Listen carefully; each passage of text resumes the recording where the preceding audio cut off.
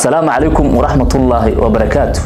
وصورة أدوجدان وننكي جعنت الوصول لجي السيد علي قاتلك، لكن شيكدي سأيارنتي ياب لقابك الله قبتي وحال حقيقي قاتل كان أو بير لحد كل منايا جعمها لبدا جعمودنا ناوع كأه سيدو كلاتنا وجه جمال كمذا ودبكي كجوبي إنه ناولا إنه سيبت بعده هصيا شيء عيدا كسردونك عيدا كبوليسك أيا نفط أقلي كعنتنا كصولي موقال كان كوبان أدو جديد فيري وإستاج أو جاري لوسي وضو وحور ربي إنه بحصده لكن وحلوم مذوبي إن عدالة الله هيلي بيلها الصومالية دولن شخصيات كصومالية دولن مسؤول يمامل يمد هو سبا وحي ربي إن كان إن للساقط وأنا لوجو جولستي ومسكي إيمانين وحكومي من الدلال أي بحيان ضدك أو إسكو حرب بوليس نبصوجين شعب وحنا حسوسنا بلنقاتكي أي لورجر كوع العليين مدحدا بوليسكا يكون نبصوجيدا أي أها ولا سوقبا ولا سوقبا مدحوينها الصومالية وليبا gaar ahaan marwada madaxweynaha iyo mas'uuliyiin kale ayaa taleefanka ugu hambaliyay qoyska una sheegay in gacanta lagu dhigayo dabcan dadkii ugu horeeyay oo warka gaaray ayuu ahaa waxaana hadda muuqata ninkaas ciidanka soo qabtay inay yihiin kuwa nabadsuugida booliiska isku dhafan intuu ka aadi kara cadaaladda waxay ahayd su'aal mar walba la isweydiinay waana tan markii u dambeysay natiijadeedii la helay oo muujisay in wadanka kala dambeyn in nidaam uu leeyahay ninkan marka maalmahan maxaa dhici doona ninkan waxa loo soo galbin doona isla maanta hadaanay bari u dhicin cilado farsamo darteed magaalada caasimadda ee Muqdisho halkaas waxa uu ku mutaysan doonaa ama la geyn doonaa maxkamad madaniya maadaama ninka ciidan uusan ahayn oo maxkamadda gobolka Banaadir ah hadaa xasuusataan shalay gudoomiyaha maxkamadda gobolka Banaadir mudane Saalax ayaa amar degdeg siiyay hay'adda dambi baarista CID oo ah ninka in la soo qabto hadii kale waxa uu amray in isla xisaabtan maxkamadda loo horkeeni doono dadka ay qosayso talaabtaas aad u sii dadajisay ninkan in beerta dhexdeed loogu galo daawaca gacmihiisa ka muuqday waxa la sheegay dabkii inuu ka qaaday isaga xitaa malaha qofkii xaraaruga ahaa ee uu gubay ayaa kula dhigtay oo uu xoog iskaga fujiyay sidii uu gubtaa laga yaaba ninka wax wara oo uu bixiyay oo faahfaahsan ma jirto hase yeeshee mar dhow insha Allah waa la ogaan doonaa xaalkii u dambeeyay meesha mar qoyska gabadha oo nala soo xiriir waxay noo sheegeen inay aad ugu faraxsan yihiin balse hal arin ay naawilaan oo ah in ninka cadaalad la marsiiyo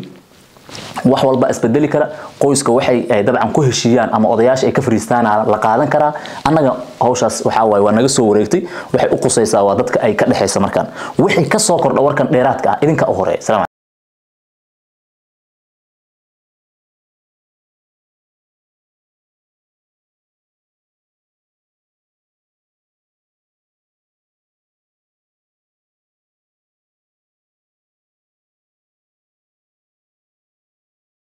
ninkii xaaskiisa nolosha ku gubay iyadoo uur u leh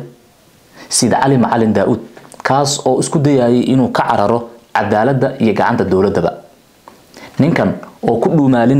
dhuumaaleysanayay inta u dhaxaysa gabdhaale iyo caad halkaas oo la sheegay in uu Assalaamu calaykum waraxmatullaahi wabarakaatuh waxa gacanta lagu dhigay oo waliba si xoog loo qabtay isagoo aan raali ka ahayn بحثت قاتل منحة سيد علي معلن داود نينك دلي أفديسي لول عبد العزيز أو أور لهيد نينكاس أو سن أرحن لآنه أقبي نينكن أو لغو قبطي انت أولا حي سعاد يا عمارة ديغان مقعيس اللي يراهدو قبط دالي أيا وحا لحقيجي إن هو بيسنا طبان رقنا إلي جوغين آقاسي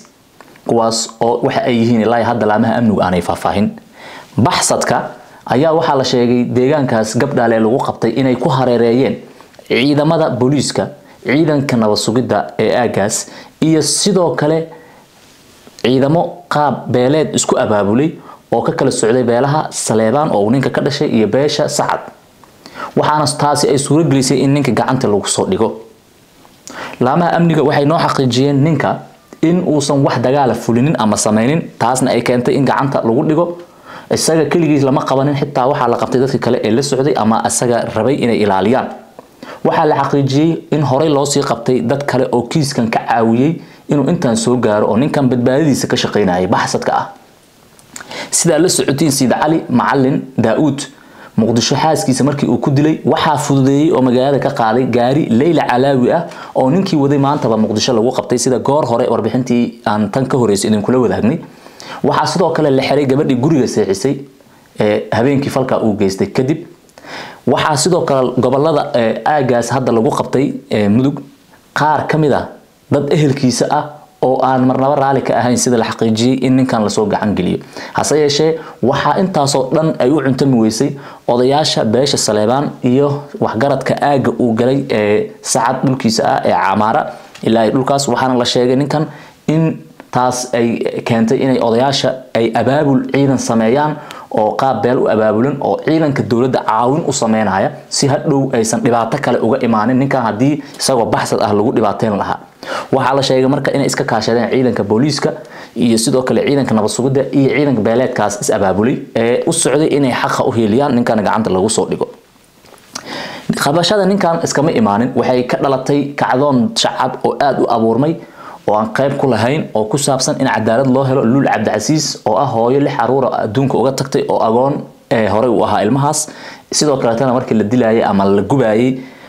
uur lahayd ninka ay uurku u lahaydna uu yahay kan asiyada nafta adduunyada dhaafiyay ee gubay booliiska gobolka Banaadir ee uu hogaamiyo taliyaha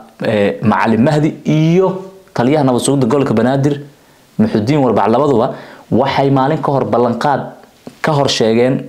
warbaahinta horteed iyo ehelka iyaga oo sheegay in ninkan aysan qaadan doonin 24 saac wax ka badan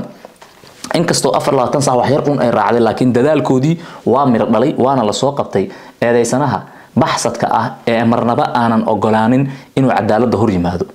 hadda iyo wixii ka dambeeya maxaa dhacaya marka wixii hadda ka dambeeya maadaama laamaha amniga gacantooda uu ku jiro waliba si gaar ah waxa loogu wareejiyay ciidanka nabad sugidda ee mudug waxaana la sheegay in loo soo wareejin doono magaalada caasimadda ee Muqdisho taas oo ay sheegaan laamaha amnigu inaanay qaadan doonin waqti aad u badan oo isla maantaba sida ay suuragal ku noqon karto la keeni doono caasimadda